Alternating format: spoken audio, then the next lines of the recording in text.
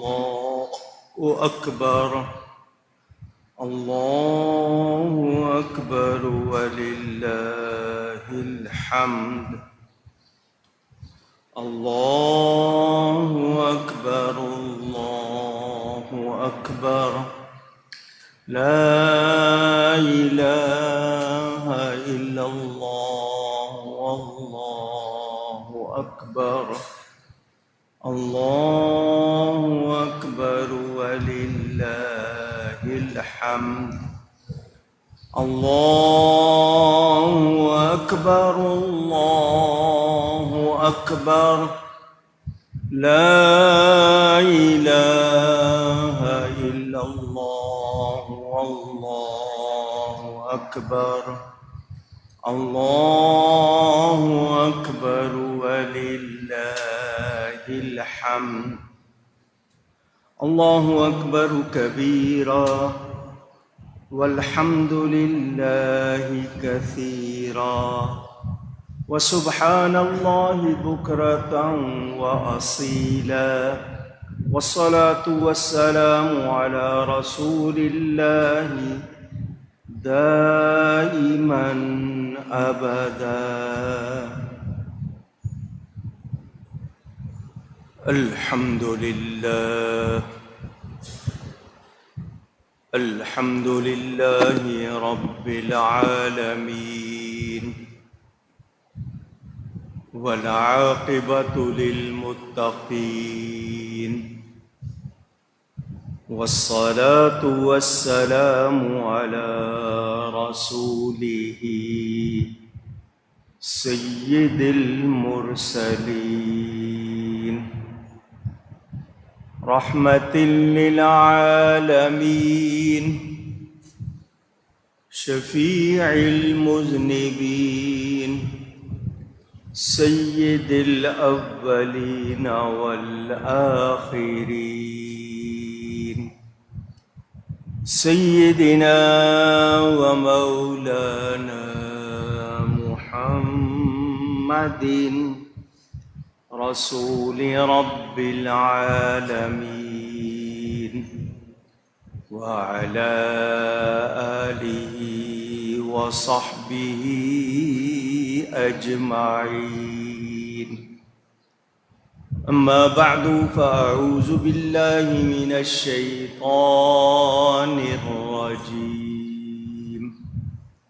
بسم الله الرحمن الرحيم ولتكملوا العدة ولتكبروا الله على ما هداكم ولعلكم تشكرون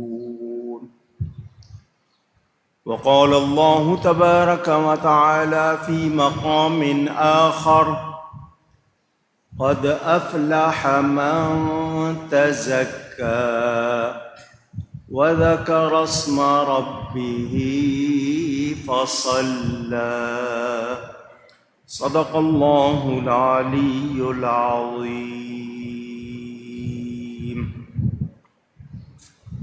محبت کے ساتھ ایک مرتبہ دروشی پڑھ لیجیے اللهم صل على سيدنا ومولانا محمد معدن الجود والكرم وآله وصحبه وبارك وسلم الصلاة والسلام عليك يا رسول الله الصلاة والسلام عليك يا حبيب الله الصلاة والسلام عليك يا رحمة للعالمين وعلى آلك وأصحابك يا شفيع المذنبين الله أكبر الله أكبر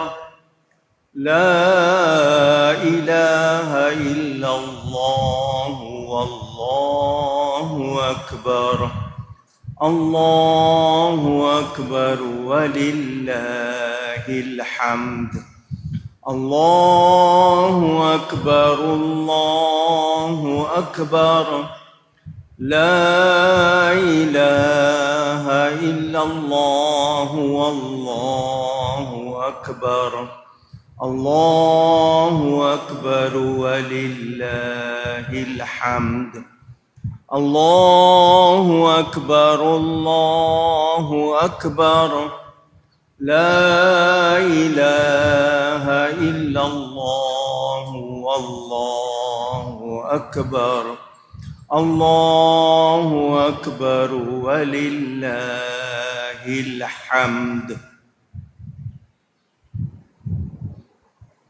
اللہ تعالی جل شانہ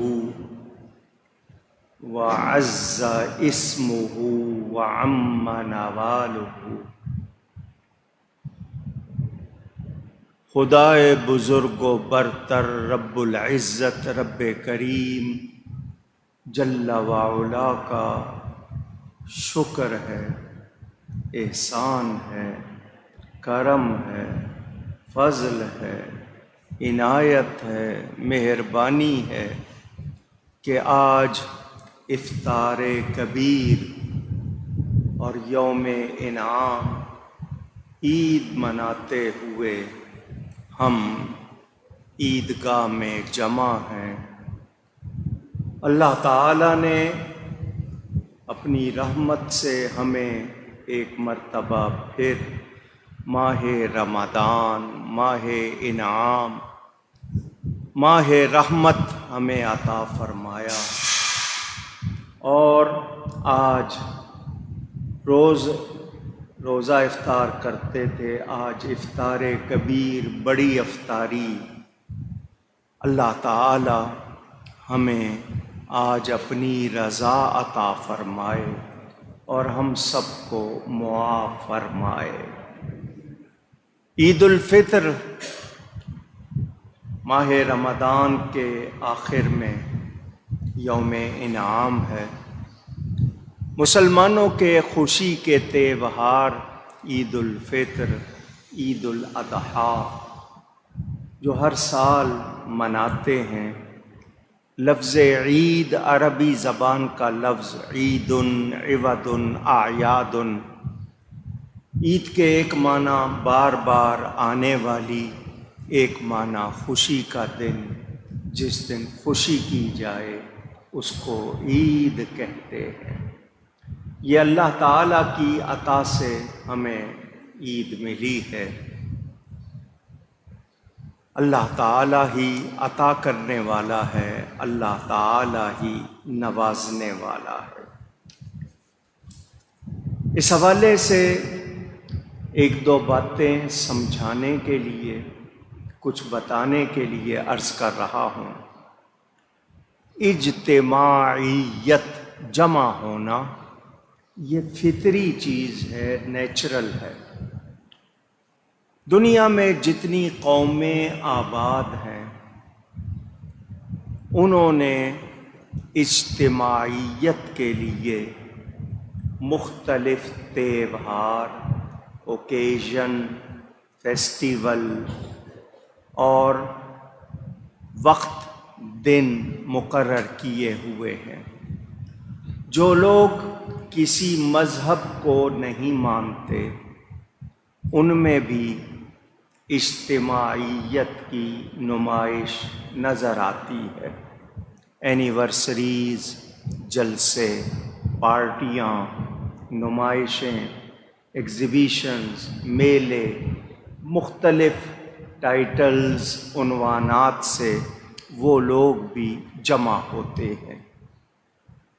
یہ لوگوں کا بہت زیادہ جمع ہونا جہاں فائدہ مند ہے، اس میں کچھ فائدے ہیں، تو وہاں اس میں کچھ نقصان دینے والے مضر اثرات بھی نظر آتے ہیں۔ اجتماعیت کام چاہتی ہے، اگر کوئی فائدہ مند مفید کام پیش نظر نہ ہو، مقصد نہ ہو، تو پھر رنگ رلیاں ہوتی ہیں، ناچ گانا ہوتا ہے، رقص و سرود، شراب و شباب، رشک و حسد، بد نظری، بدکاری، بلکہ کبھی کبھی نوبت قتل و غارت تک پہنچ جاتی ہے۔ آپ نے دنیا کے میلے ٹھیلے دیکھے سنے ہوں گے، دیوالی ہے، ہولی ہے، دسہرہ ہے، اسی طرح مختلف یہ مثالیں مشرکین عرب کے رہنے والے مشرکوں کے ہاں بھی اس طرح نظر آتی ہے، ان کے ہاں بھی میلے ہوتے تھے۔ اسلام اگر صرف یہ کہتا کہ تم نے غیروں کے میلے میں نہیں جانا، غیروں کے ہجوم میں نہیں جانا، اور خود کوئی بدل پیش نہ کرتا، تو شاید انسانی طبیعت اس کو ناکافی سمجھتی۔ اسلام نے اجتماع دیے، ہمیں ہر ہفتے جمعہ کا اجتماع دیا، 5 وقتہ نماز کا اجتماع دیا، سالانہ عیدوں کا اجتماع دیا ہے تو مشغلہ بھی مقرر کیا ہے تاکہ قلب انسانی دل اپنی فطری پیاس بھی بجھا لے اور اجتماعیت کا صحیح فائدہ اٹھائے اور نیکی کی طرف اس کو لگائے۔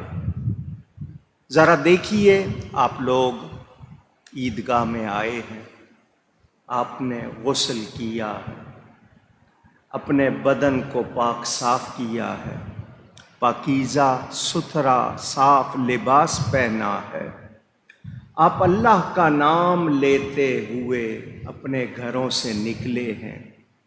راستے میں اگر آپ کو مستحق لوگ ملے، آپ ہمدردی کرتے رہے۔ جب جمع ہوئے تو زبان، ذات، پات، علاقہ، نسل وغیرہ یہ جتنے بھی لوگوں کے اندر امتیازات ہیں، ان کو فراموش کر کے اخوت ہے، محبت ہے، عبادت ہے، توبہ ہے، دعا ہے، پاکیزگی ہے، نیکی کا جذبہ ہے، عبادت کو دوام ہے، کیونکہ عمل وہی اچھا ہوتا ہے جو ہمیشہ ہو۔ نماز عید پڑھیں گے، کندھے سے کندھا ملا کر شانہ بشانہ کھڑے ہوں گے، ایک جیسی حرکت اور جنبش ہوگی، ایک ہی عبادت کریں گے، کوئی تعصب، کوئی جاہلیت کی باتیں نہیں ہوں گی، ایک امام کی پیروی کریں گے، نظم بھی ملے گا، نسق بھی ملے گا، اور آپ کے اندر خوبی ہی خوبی نظر آئے گی۔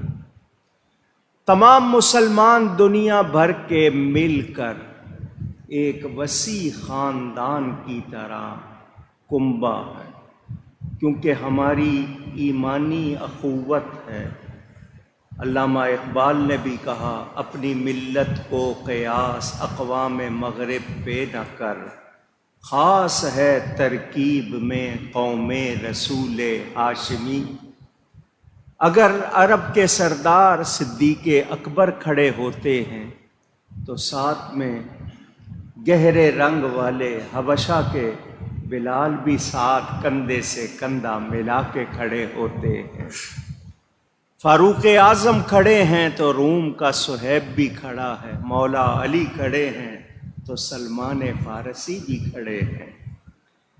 یہ سب مل کر باہم آپس میں مل کر یگانگت کا اظہار کرتے ہیں کہ ہم سب ایک ہیں، ایک خدا کے ماننے والے، ایک رسول کا کلمہ پڑھنے والے، ایک کعبے کی طرف منہ کر کے نماز پڑھنے والے۔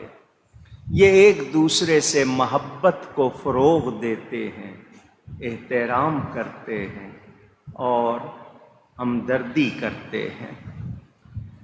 یہ پورا مہینہ ایک مرحلے سے گزرے ہیں، احتساب کے مرحلے سے۔ آج یہ نئی زندگی شروع کر رہے ہیں۔ انہوں نے ایک مہینے میں جو تربیت حاصل کی، تقویٰ کی، پرہیزگاری کی، بھلائی کی، زبان کو، مزاج کو قابو رکھنے کی، اب اسی کے عملی دور کا آغاز ہو رہا۔ اب 11 مہینے ان سب نے اسی تربیت کو ظاہر کرنا ہے۔ ضبط نفس سیکھا انہوں نے، نفس کو کنٹرول کرنا سیکھا، کیونکہ نفس بھڑک اٹھے تو عقل کام نہیں کرتی۔ یہ تقویٰ انسان کو سکھاتا ہے کہ اپنے نفس پر شریعت کی لگام مضبوط کر دو، تاکہ تمہاری ہر حرکت، ہر عمل شریعت و سنت کے مطابق ہو۔ رمضان میں اس انسان کے سامنے، مسلمان کے سامنے کھانا رکھا، پاک حلال کھانا، مگر اس کو روزہ پیارا تھا۔ اس نے پسندیدہ غذاؤں کو چکھنا بھی پسند نہیں کیا۔ اس نے روزے کی حالت میں بھوکا پیاسا رہ کر اپنے آپ کو اللہ کی رضا میں ڈھالنا بہتر سمجھا۔ یہ پرہیزی فکر، یہ خواہشات پر قابو، یہی تو کمال ہے۔ طبعی تقاضے، طبیعت کے تقاضوں پر شریعت کے تقاضے غالب ہو جائیں، یہ ہم نے رمضان میں کیا۔ ہم نے جو ترقی پائی، جو برکت پائی، جو رحمت پائی، جو تربیت پائی، ہمارا یہ حال تھا۔ کوئی ہم سے جھگڑنا چاہتا تھا تو ہم کہہ دیتے تھے ہم روزے سے ہیں۔ کیا مطلب کہ روزے میں میں جھگڑا نہیں کر سکتا۔ کوئی ہم سے جھوٹ بلوانا چاہتا تھا، ہم انکار کر دیتے تھے، غیبت نہیں کرتے تھے۔ اسی طرح انسان کو کوئی شے بہکائے تو جس طرح روزے میں روزہ یاد تھا، زندگی میں یہ یاد رہے کہ میں مسلمان ہوں، میں نبی کا غلام ہوں، میں غلط کام نہیں کروں گا۔ ہمیں اپنی روحانیت کی حفاظت کرنی ہے، زندگی کو منظم کرنا ہے۔ اللہ کی رضا کے لیے مجھے اپنے آپ کو سنوارنا ہے۔ کامیاب وہی ہے جس کے اخلاق اچھے ہیں، جو پاکیزہ رہتا ہے، جو صاف ستھرا رہتا ہے۔ اندازہ کیجئے رمضان میں آپ کو ستھرائی کا کتنا خیال تھا، مسجدوں کو آباد کرتے تھے، آپ عبادت کے لیے دوڑے دوڑے آتے تھے۔ کیا یہ تربیت ہم یکدم اچانک بلا دیں؟ نہیں۔ ہنڈیا گرم ہوتی ہے جب آپ چولہے سے اتار دیتے ہیں، کچھ دیر اس میں گرمی رہتی ہے، پھر جا کے کہیں وہ ٹھنڈی ہوتی ہے۔ تو ہم اگر بھول گئے، ہم نے یاد نہ رکھا کہ ہم نے رمضان سے نکل کر آئے ہیں۔ کہتے ہیں بچہ ماں کے پیٹ میں 9 مہینے رہتا ہے۔ الحمدللہ۔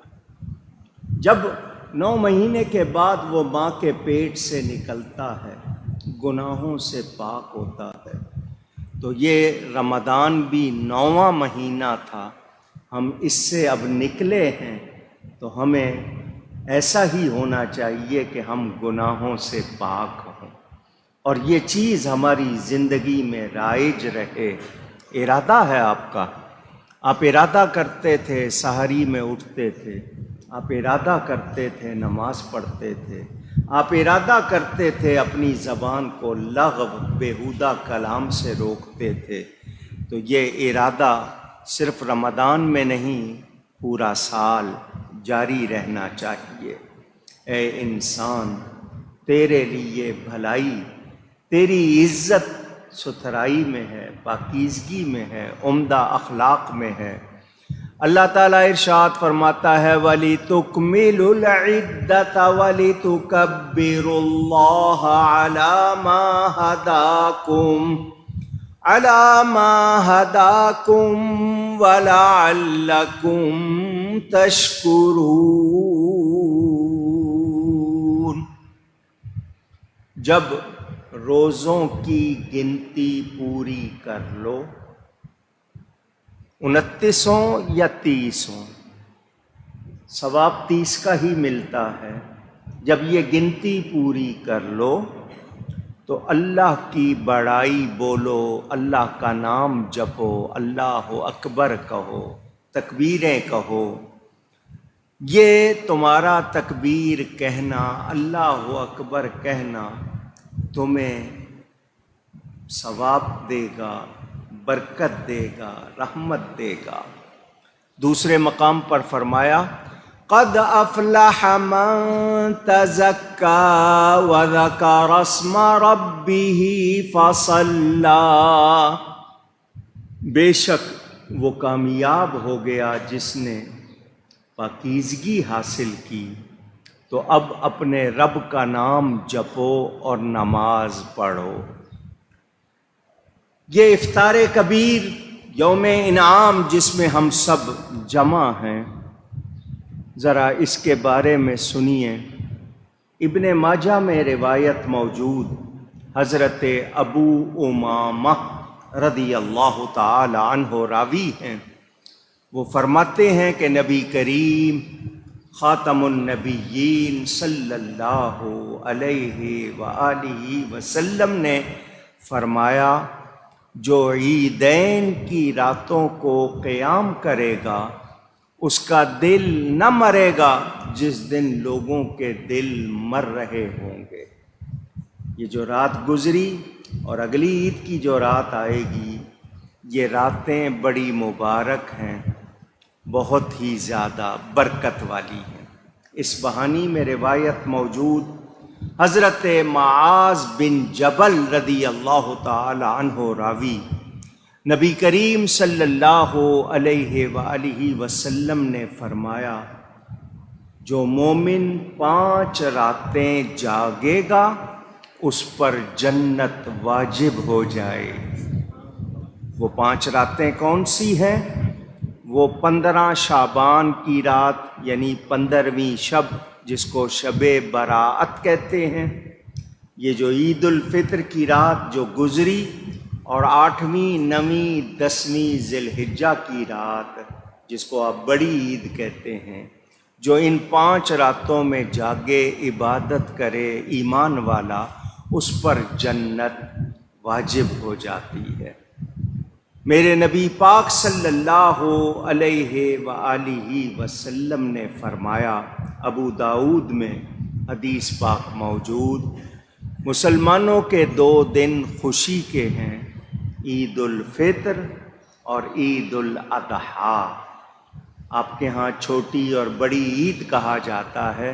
فرمایا یہ مسلمانوں کے 2 دن خوشی کے ہیں، تو جس ہستی نے یہ فرمایا اس کی آمد کا دن جس کو ہم سب سے بڑی عید کہتے ہیں، عید میلاد النبی، وہ سب سے بڑی خوشی کا دن، کیونکہ اگر وہ نہ ہوتا، سرکار نہ آتے تو کوئی عید بھی نہ ہوتی، نہ عید منانے والے ہوتے، یہ سب ان کا صدقہ ہے۔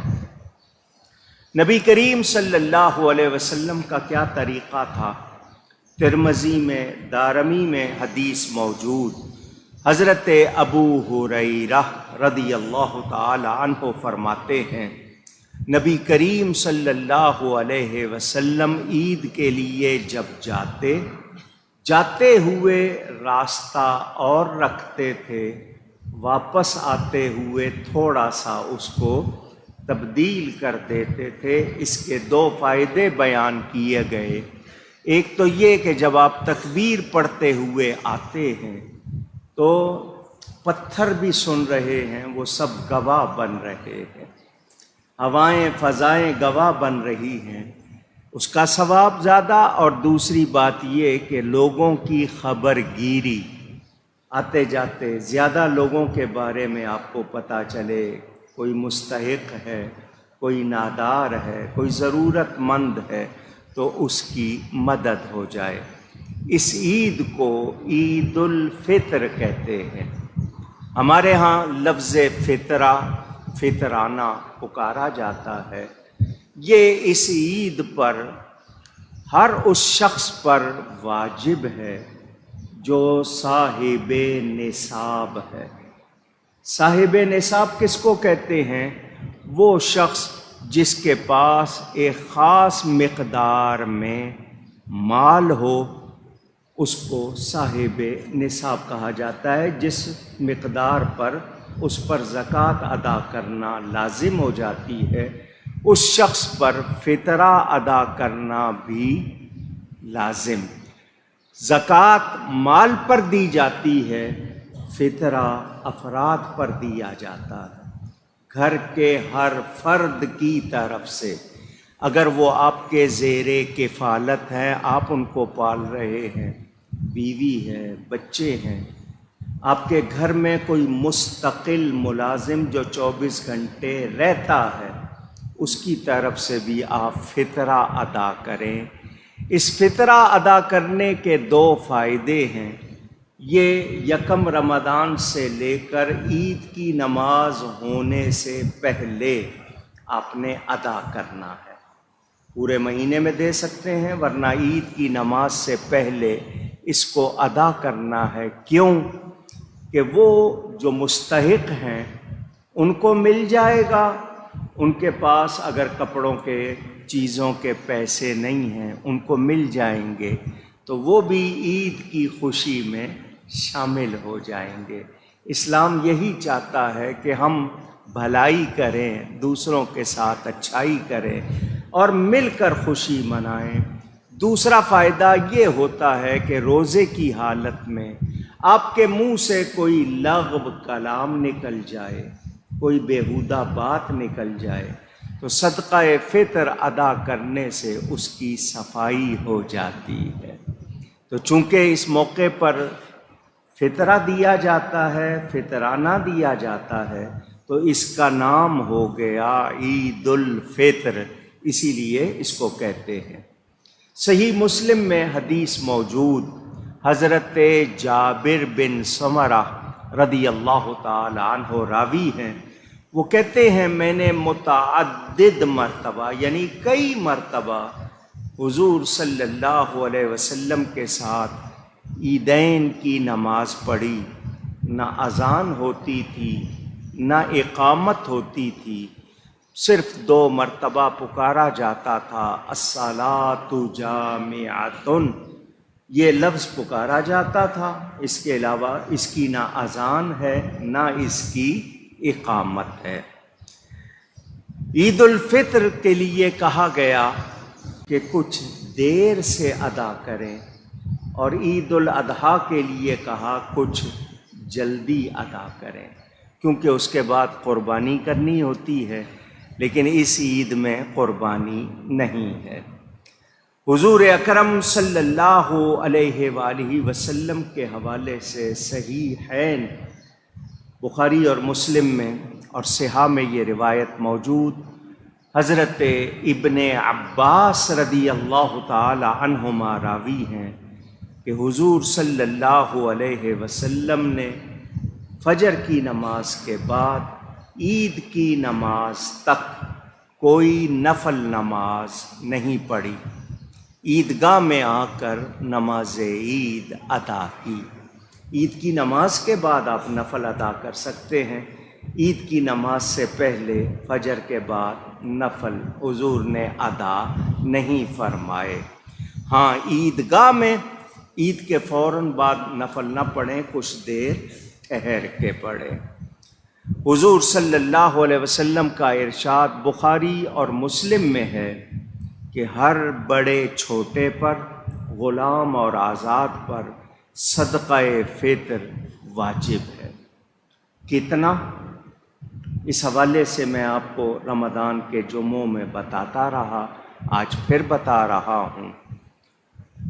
عام آدمی ہے تو صاحب نصاب مگر مالدار بہت زیادہ نہیں ہے، سادہ کھانا کھاتا ہے، تو وہ 2 کلو 47 گرام یعنی 2 کلو 50 گرام آٹا یا اس کی قیمت ادا کرے گا، جو اس وقت 150 روپیہ 150 روپے پاکستانی بتائی گئی ہے۔ جو تھوڑا سا بہتر ہے، اچھا کھانا کھاتا ہے، وہ جو کے حساب سے 4 کلو جو کی قیمت 320 روپے پاکستان میں اس سال بتائی گئی۔ جس کو اللہ نے اور زیادہ نوازا ہے، وہ اس کے پاس سامنے ایک نہیں 4 کھانے ہوتے ہیں، تو وہ کھجور کے حساب سے 4 کلو کھجور جو کم از کم 1000 روپیہ بنتی ہے ایک آدمی کی طرف سے ادا کرے۔ جو بہت بہتر ہے، جن کے کھانے کے برتن ہی کئی طرح کے ہیں، ان کا ٹیبل سجتا ہے تو بہت ہی زیادہ اللہ نے نوازا ہے، تو پھر وہ کم از کم کشمش 4 کلو کشمش یا اس کی قیمت جو بہت لگائیں گے تو 1900 یا 2000 روپے بنتی ہے۔ جو اور چاہے پنیر کے حساب سے، منقع کے حساب سے جتنا زیادہ کر سکے اتنا اچھا ہے۔ تو ہم کوشش کریں، اللہ کی راہ میں دینا ہے تو آپ کسی کو تحفہ دیتے ہیں، آپ کا جی چاہتا ہے اچھا دیں، تو اللہ نے یہ صدقہ مقرر کیا ہے، اللہ کی راہ میں دینا ہے تو خوش دلی سے اچھا دیں، اللہ تعالی توفیق عطا فرمائے۔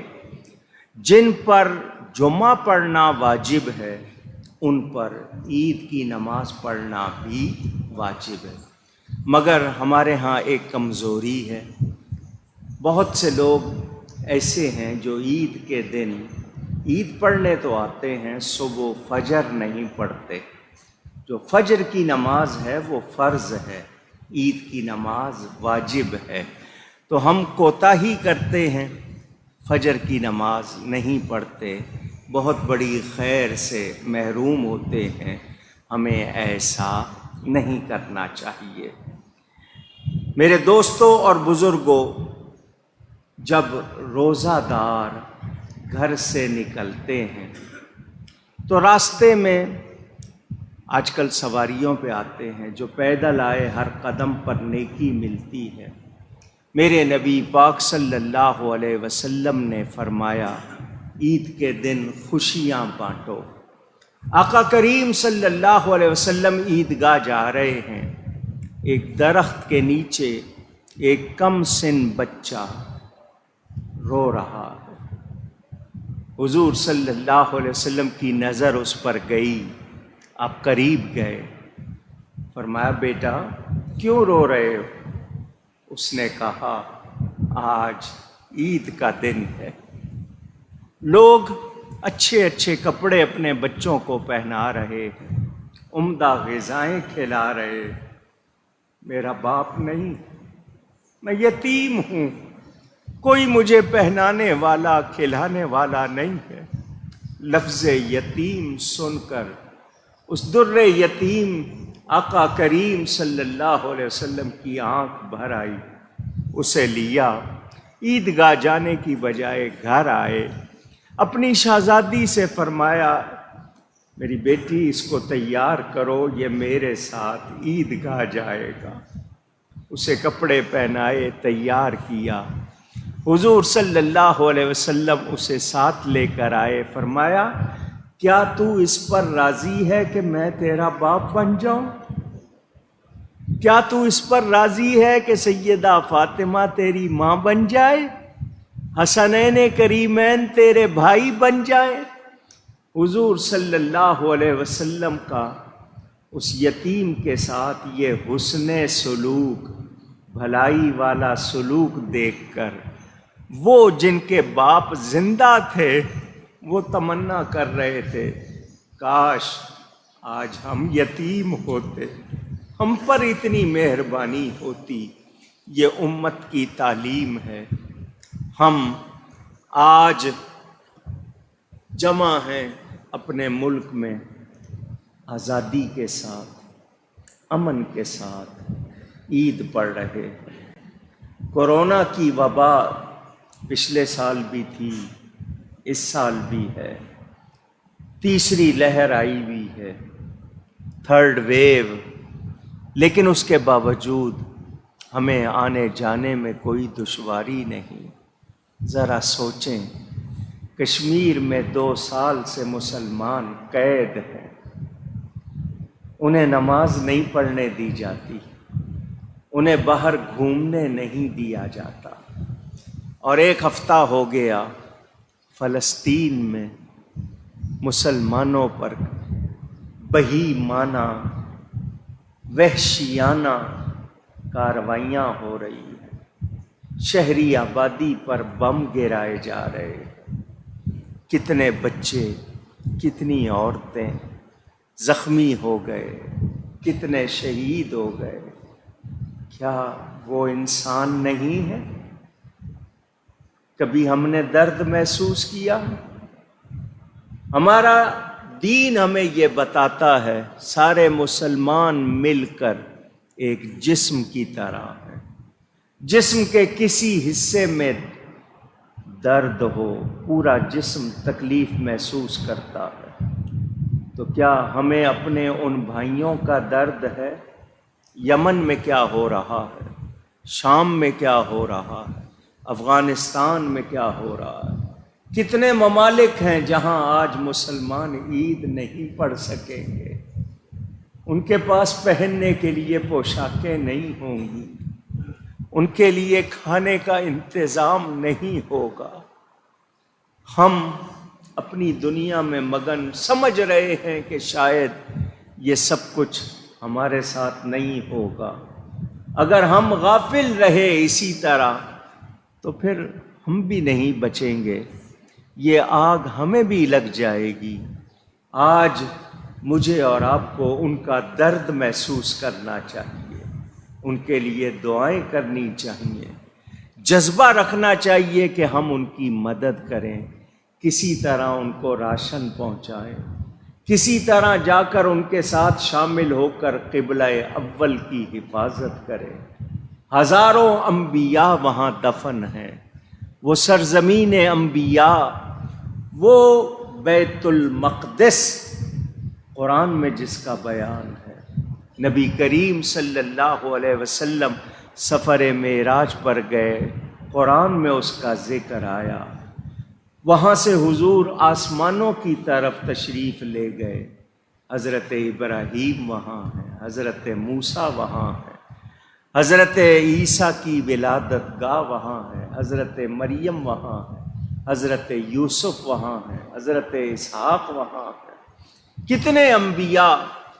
اللہ خود فرماتا ہے وہ مسجد اقصیٰ جس کے گردا گرد ہم نے برکتیں رکھی ہیں، مجھے اور آپ کو آج اس کا احساس کیوں نہیں ہے؟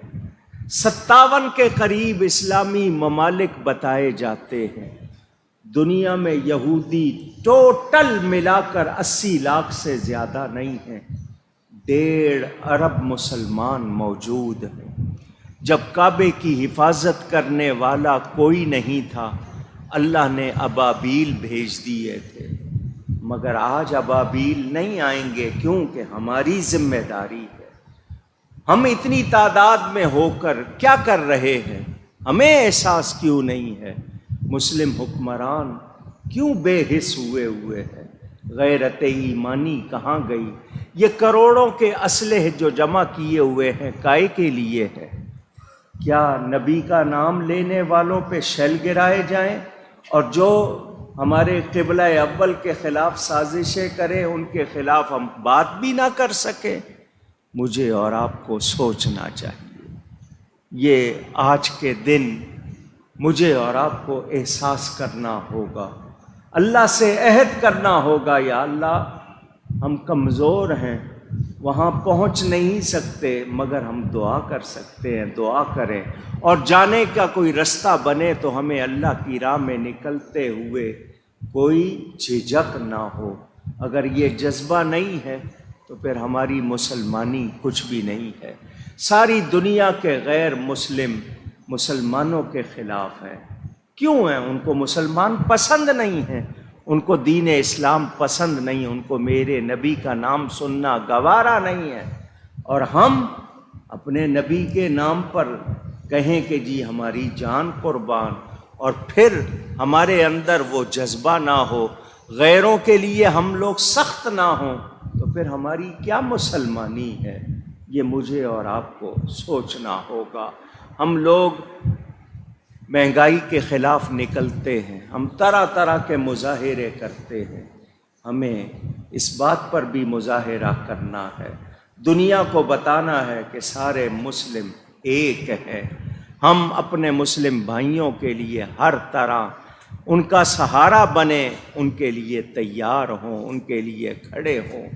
مذمتی بیان کافی نہیں ہوتے، ہم نے اس سے بڑھ کر کام کرنا ہے۔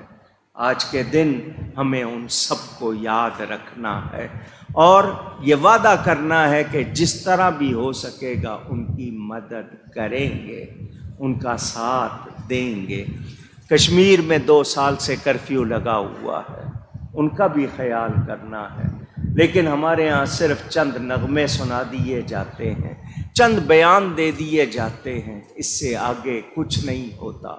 یہ بھی ہماری بے حسی ہے، ہمیں سوچنا ہوگا۔ آئیے آپ کو سناؤں، جب روزہ دار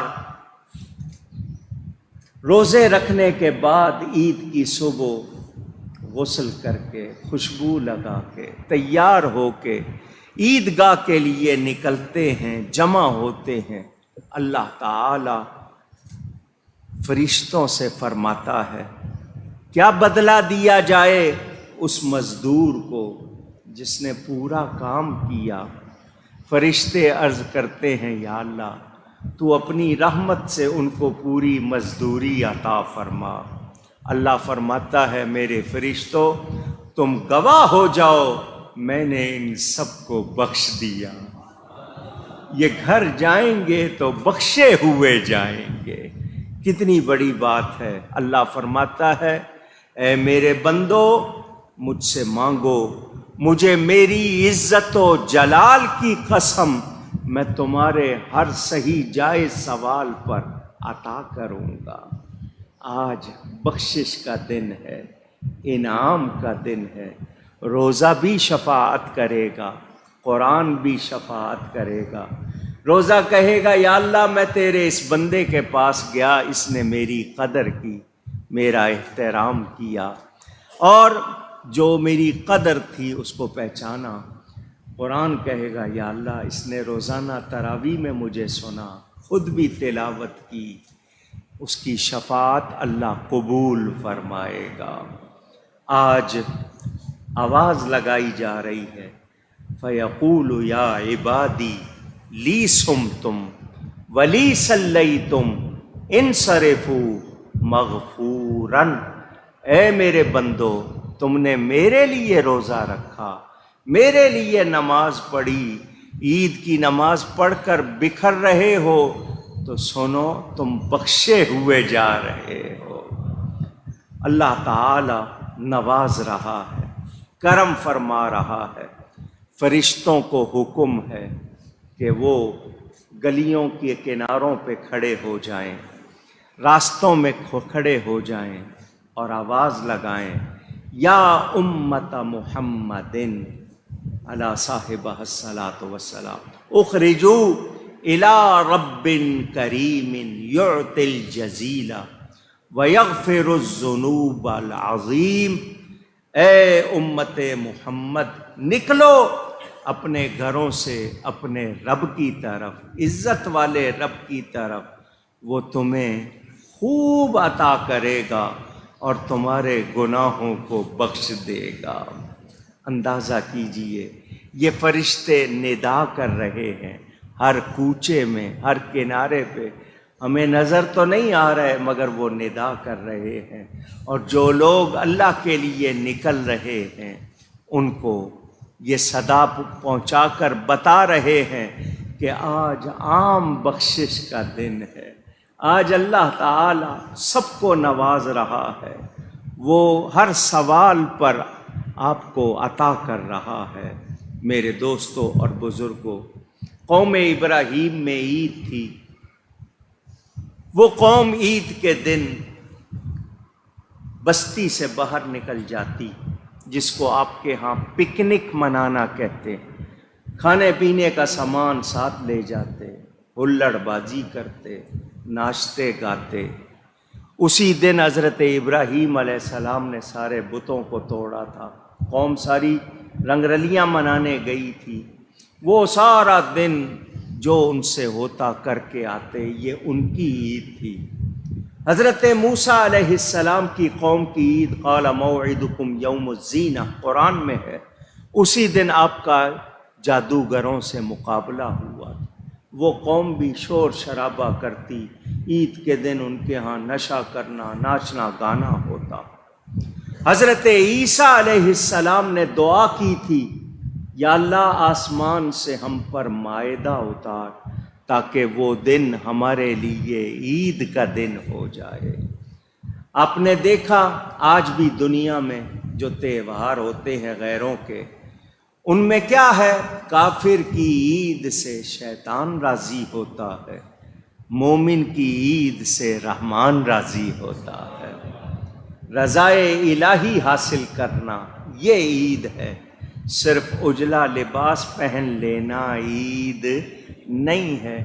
اب کسی نے سارا مہینہ روزے نہیں رکھے، نماز نہیں پڑھی اور صرف عید پڑھنے آ گیا، تو عید اس کی کہاں ہوئی؟ عید تو اس کی ہے جس نے رحمان کو راضی کیا ہے. آج کے دن کمزوروں کو، یتیموں کو، بیواؤں کو، ناداروں کو نوازنا چاہیے، داد رسی کرنی چاہیے. آپ یتیم کے سر پر محبت سے ہاتھ پھیر دیں، جتنے بال ہاتھوں کے نیچے آتے ہیں آپ کے اتنے گناہ معاف ہو جاتے ہیں. کتنا کرم ہے.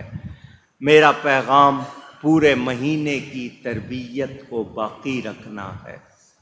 اس عید کے بعد 6 روزے نفلی رکھے جاتے ہیں. اس کو بھی ہمارے ہاں لوگ شش عید کہتے ہیں. جنہوں نے وہ روزے رکھنے ہیں وہ کل جمعے کے بعد رکھیں، کل کے دن سے نہیں رکھنے، کل کے بعد رکھیں. پورے مہینے میں اکٹھے 6 دن رکھ لیں، 1 دن رکھ لیں، 2 دن چھوڑ کے پھر 1 دن رکھ لیں، 4 دن چھوڑ کے پھر 6 روزے اگر آپ شوال کے مہینے میں رکھ لیں تو یہ 6 ہو گئے، 30 رمضان کے ہو گئے. 29 بھی ہوں تو 30 شمار ہوتے ہیں، تو ٹوٹل کتنے ہو گئے؟ 36. اور قرآن میں ہے من جاء بالحسنۃ فلہ عشر امثالھا، جو ایک نیکی لے کر آئے گا اس کے بدلے 10 دیں گے. تو یہ 36 ہوں گے، تو اس کو 10 سے ملٹیپلائی ضرب دیں تو کتنے ہو گئے؟ 360. یہ ایسا ہوگا جیسے آپ نے پورا سال روزے رکھے.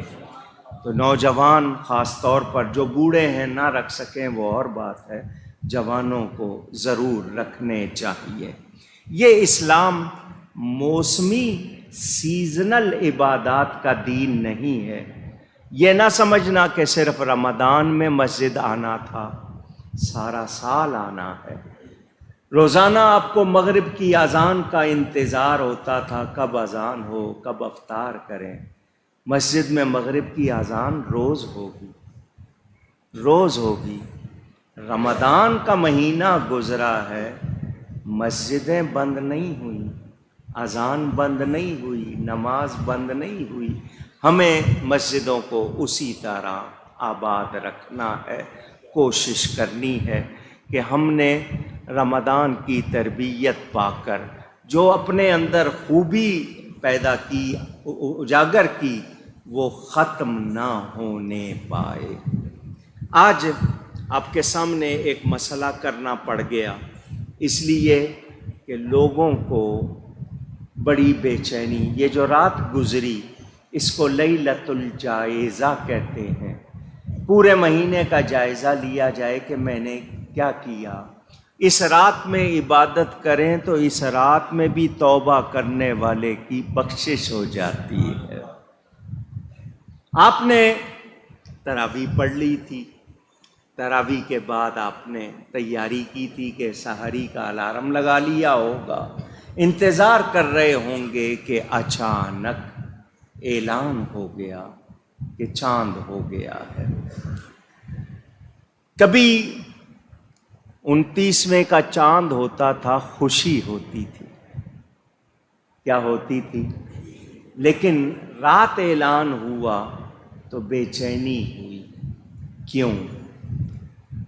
پورا دن، کل کا پورا دن تمام ٹی وی چینلز یہی کہتے رہے، اخبار یہی لکھتے رہے کہ کل شام جو گزری ہے چاند دیکھے جانے کا امکان نہیں ہے، اس کی عمر اتنی نہیں ہوگی کہ وہ نظر آ سکے۔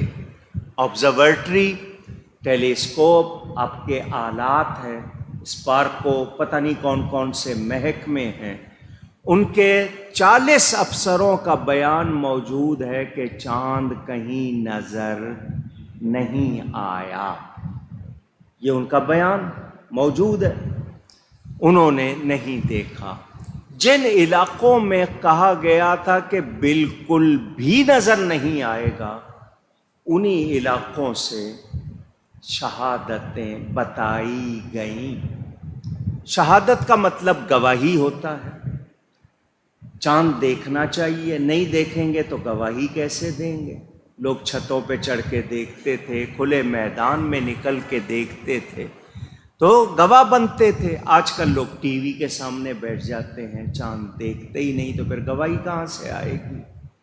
یہ جو گواہیاں آئیں، رؤیت ہلال کمیٹی، مون سائٹنگ کمیٹی گورنمنٹ کی بنائی ہوئی ہے، پاکستانی گورنمنٹ کی بنائی ہوئی ہے، ایوب خان کے زمانے میں بنائی گئی تھی۔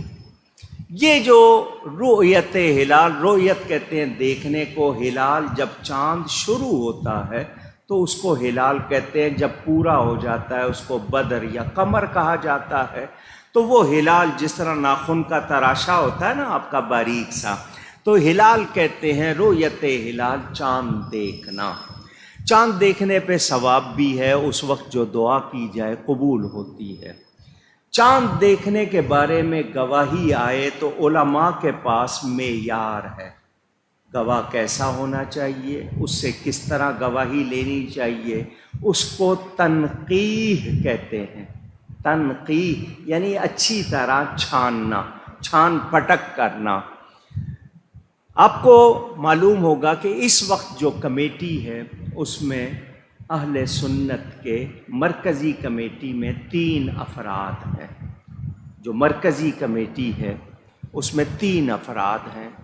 میں یہاں درس دے رہا تھا رات کو تراویح کے بعد، معتکفین کی فرمائشیں تھیں، کچھ باتیں انہوں نے وہ ان کو سنا رہا تھا، تو 11:10 پر غالباً یہ عبدالرافع صاحب نے مجھے وہ فون دکھایا کہ جی چاند کا اعلان ہو رہا ہے۔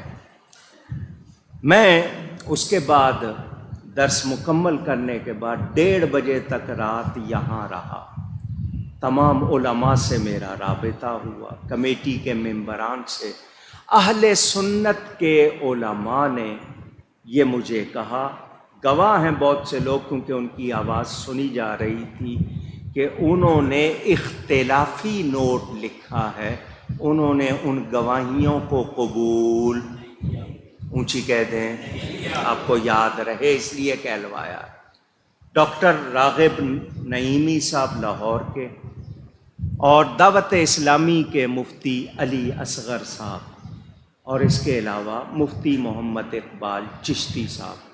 مفتی علی اصغر صاحب نے بھی اور راغب نعیمی صاحب نے بھی اختلافی نوٹ لکھا 9 بجے سے وہ کمیٹی چاہ رہی تھی اعلان کر دے، یہ راضی نہیں تھے، اس لیے 11 بجے تک اعلان نہیں ہو سکا۔ کیوں؟ کہ وہ گواہیاں جو شرعی معیار تھا اس پر پوری نہیں اترتی۔ اب اعلان ہو گیا گورنمنٹ کی طرف سے، اب کیا کرنا ہے؟ 2 طریقے تھے۔ تمام علماء اہل سنت مل کر اعلان کر دیتے کہ ہم روزہ رکھیں گے، عید نہیں پڑھیں گے، عید کی نماز نہیں پڑھیں گے۔ ایک تو یہ صورت تھی۔ دوسری صورت یہ کہ قاضی کی، چونکہ ان کو قضا حاصل ہے گورنمنٹ میں، گورنمنٹ کا مقرر کیا ہوا ہے، ان کی حیثیت ایک قاضی کے منصب کی ہے اعلان کرنے کی، تو فتنہ اور فساد نہ کریں، اعلان پر پڑھ لے، وبال ان پر ہے۔ انہوں نے صحیح فیصلہ کیا، غلط کیا، ذمہ داری ان کی ہے، وہ جواب دہ ہوں گے، تو ہم ان کی بات مان لیں۔ اب اس میں بھی مسئلہ کہ ہمارے پاس ایسے ثبوت آ گئے کہ خود کمیٹی کے بیٹھے ہوئے افراد کی ایک ویڈیو چل پڑی، اس میں وہ کہہ رہے ہیں کہ جی یہ ڈر رہے ہیں، نرم باتیں کر رہے ہیں، صحیح موقف اختیار نہیں کر رہے۔ جب یہ باتیں آئیں تو شک پڑ گیا۔ کیا ہو گیا؟ اونچی کہیے۔ اب آپ کے لیے میں زیادہ بحث نہیں کرتا، آپ کو پریشان نہیں کرتا۔ میرا اگر بس چلتا میں روزے میں ہوتا آج، میں عید پڑھانے نہیں آتا، مگر میں فساد نہیں چاہتا۔ میں نے قاضی کے فیصلے پر عید پڑھنے کا اعلان کر دیا۔ اب بات یہ ہے، آپ میں سے وہ تمام لوگ جو میری آواز سن رہے ہیں، دور دیکھ رہے ہیں، جن کو ان کے فیصلے پر شک نہیں ہے، ان کی گواہیاں جن کی انہوں نے مانی، کہاں کی مانی ہے وہ تفصیل سناؤں گا، آپ پریشان ہو جائیں گے۔ میں آپ کو پریشان نہیں کر رہا، کیونکہ جن کی گواہی پہلے کبھی قبول نہیں کی گئی، اس مرتبہ کر لی گئی۔ نہ بنگلہ دیش میں چاند ہوا، نہ انڈیا میں چاند ہوا، وہاں سب لوگ آج روزے سے ہیں۔ سعودی عرب میں بھی 30 روزے ہوئے ہیں اس سال، آپ کو پتہ ہے۔ اور جو سائنس کے محق میں، انہوں نے بھی کہہ دیا چاند نظر نہیں آیا۔ اب بغاوت کرنا، فتنہ کرنا، انتشار پھیلانا، اس سے بچنے کے لیے ہم نے عید کی نماز ادا کرنے کا فیصلہ کر لیا۔ وہ تمام لوگ جو ان کی گواہی پر مطمئن نہیں ہیں، جن کو شبہ ہے، وہ جمعے کے بعد اگلے سال تک، جمعے کے بعد یعنی کل جو جمعہ ہے اس کے بعد اگلے سال تک ایک روزہ قضا کریں گے۔ ایک روزہ، آواز نہیں آ رہی، قضا کریں گے، کیونکہ آج کا روزہ آپ کا کھایا گیا ہے۔ رمضان والا ثواب تو نہیں ملے گا، لیکن ہم کم از کم اپنے دل میں مطمئن ہوں گے۔ اور اعتکاف کرنے والوں کو ایک دن روزہ رکھ کر اعتکاف کرنا ہوگا، ایک دن کا، مسجد میں جا کر۔ یہ ان کے لیے جو مطمئن نہیں، جن کو اعتبار ہے کہ نہیں جی ٹھیک ہے، وہ نہ کریں۔ کسی پر میں حکم نہیں لگا رہا، میں اپنی بات بتا رہا ہوں۔ اس سال یہ صورتحال پیش آئی ہے جس کی وجہ سے بے چینی، یعنی ہمیں یقین تھا کہ یہ 30واں روزہ ہوگا، لیکن انہوں نے آخر وقت میں اور اعلان کرتے ہوئے جو حال ان کا، جو اندر کی باتیں سامنے آئیں، اس سے یہی معلوم ہوا کہ ان سے خطا ہو گئی ہے، ان سے، مگر یو ٹرن نہیں لیا انہوں نے۔ سحری تک بھی یو ٹرن لے لیتے، کہہ دیتے کہ غلطی ہو گئی ہے، مگر وہ اعلان کر بیٹھے تھے۔ اگر انہوں نے جان بوجھ کر کیا ہے تو بھی، اور خطا کی ہے تو بھی ذمہ دار وہ ہیں، ذمہ دار۔ اور یہ معمولی وبال نہیں ہے، یہ معمولی، کیونکہ سب کا روزہ چھڑوانا ایمان کا مسئلہ ہے، اس میں بہت زیادہ احتیاط چاہیے۔ پہلے مفتی منیب الرحمان صاحب دیر سے اعلان کرتے تھے تو بڑا شور مچتا تھا، ان کے فیصلوں کو سخت کہتے تھے، رات ان کو سمجھ آ گئی، لوگوں کو بات سمجھ میں آ گئی۔ بہرحال میں نے یہ مسئلہ اس لیے بیان کر دیا کہ جو لوگ مطمئن نہیں ہیں وہ ایک روزہ قضا کر لیں، اور لیکن کل کا دن نہیں رکھیں گے۔ شش عید والے بھی کل نہ رکھیں کیونکہ کل عید کا دن ہے، تو کل نہ رکھیں، وہ کل کے بعد شش عید والے بھی، اور جو قضا کرنا چاہے ابھی یا بعد میں جب سہولت ہو ایک روزہ قضا کر لے احتیاطاً۔ ٹھیک ہے، یہ میں نے مسئلہ بیان کر دیا۔ چونکہ اگر قاضی خطا کرے، جو ہمارے ہاں فقہ مسئلہ ہے، قاضی اگر خطا کرے تو اس کا حکم نافذ ہو جاتا ہے، تو ہم اس وقت صرف نہیں چاہتے کہ ملک میں پہلے ہی افراتفری، کورونا اور کتنے جھگڑے، ادھر فلسطین کا غم، کشمیر کا غم، ادھر یہ مصیبت ہو جاتی، تو ہم نے وہ نہیں کیا، ان کے فیصلے پر کہہ دیا وبال انہی پر ہوگا، لیکن ہمیں چونکہ اطمینان نہیں ہے اس لیے ہم ایک روزہ قضا کریں گے انشاءاللہ۔ معتکفین کے لیے بھی میں نے آپ کو بتا دیا، آپ نے یہ بات سن لی۔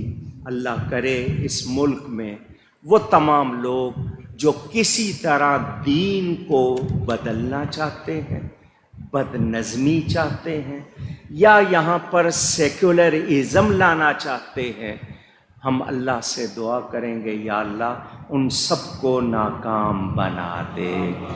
یہ ملک ہمیں 27ویں شب میں ملا تھا، 26واں روزہ تھا 14 اگست کو، 27ویں شب تھی 1947 میں، اور اگلے دن جمعۃ الوداع تھا۔ یہ رمضان میں ملا ہے۔ جس طرح قرآن ہمیشہ رہے گا، اللہ کی برکت سے یہ پاکستان بھی رہے گا انشاءاللہ، اور اس پاکستان میں میرے نبی کا نظام رہے گا۔ قرآن و سنت کو سپریم لا ماننے والوں کو سوچنا چاہیے، یہ جو طرح طرح کے رنگیلے وزیر ہیں اور ان کی یہ طرح طرح کی بیان بازیاں، یہ اگر بند کر لیں تو ٹھیک، ورنہ پھر وباؤں سے، بلاؤں سے یہ بچ سکتے نہیں۔ اللہ تعالی ہم سب کو شریعت و سنت کا پابند بنائے۔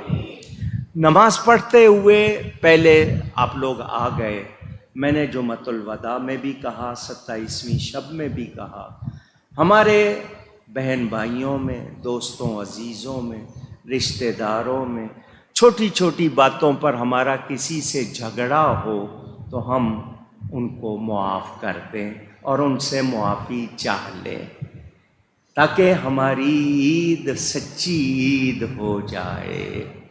منع کیا ہے گورنمنٹ نے کہ جناب گلے نہیں ملنا ایک دوسرے کو، آپ لوگ کورونا کی وجہ سے احتیاط کرتے ہیں تو بہرحال مسکرا کر سلام کر لیں، عید کہہ لیں، جس کو یقین ہو وہ ملنا چاہے وہ مل لے۔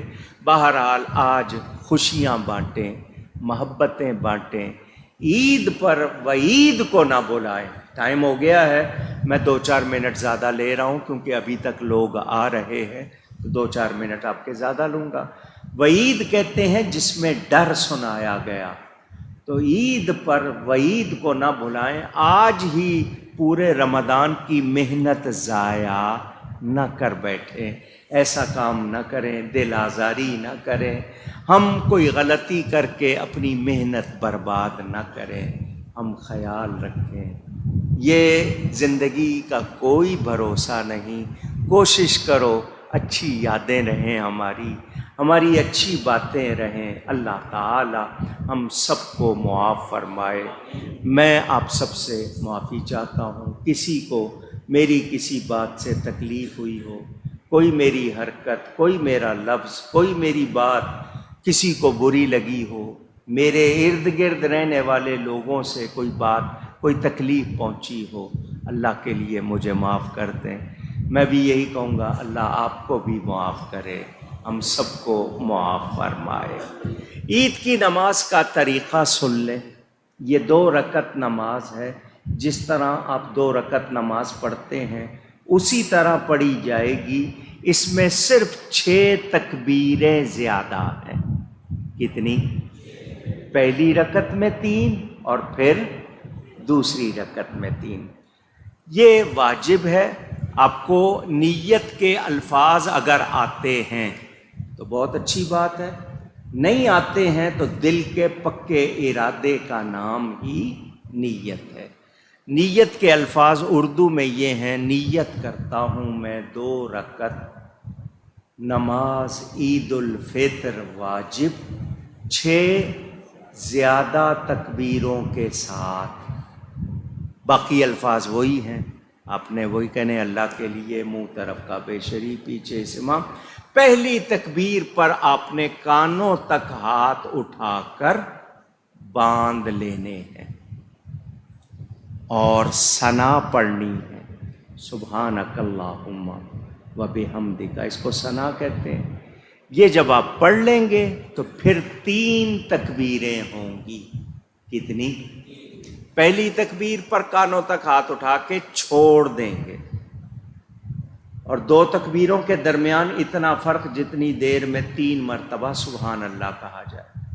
پھر دوسری تکبیر پر کانوں تک ہاتھ اٹھا کے چھوڑ دیں گے۔ تیسری تکبیر پر کانوں تک ہاتھ اٹھائیں گے مگر چھوڑیں گے نہیں، ہاتھ باندھ لیں گے، کیونکہ جس کے بعد کچھ نہیں پڑھنا ہاتھ چھوڑ دینے ہیں، جب پڑھنا ہے تو ہاتھ باندھ لینے۔ سورہ فاتحہ پڑھی جائے گی، اگلی سورت پڑھی جائے گی، پھر رکوع سجدے ہوں گے۔ دوسری رکعت میں رکوع میں جانے سے پہلے، رکوع میں جانے سے پہلے 3 تکبیریں ہوں گی۔ تینوں تکبیروں پر کانوں تک ہاتھ اٹھا کے چھوڑ دینے ہیں۔ چوتھی تکبیر پر رکوع میں چلے جانا ہے اور نماز پوری کرنی ہے۔ اس کے بعد خطبہ ہوگا، وہ خطبہ سننا ضروری ہوتا ہے۔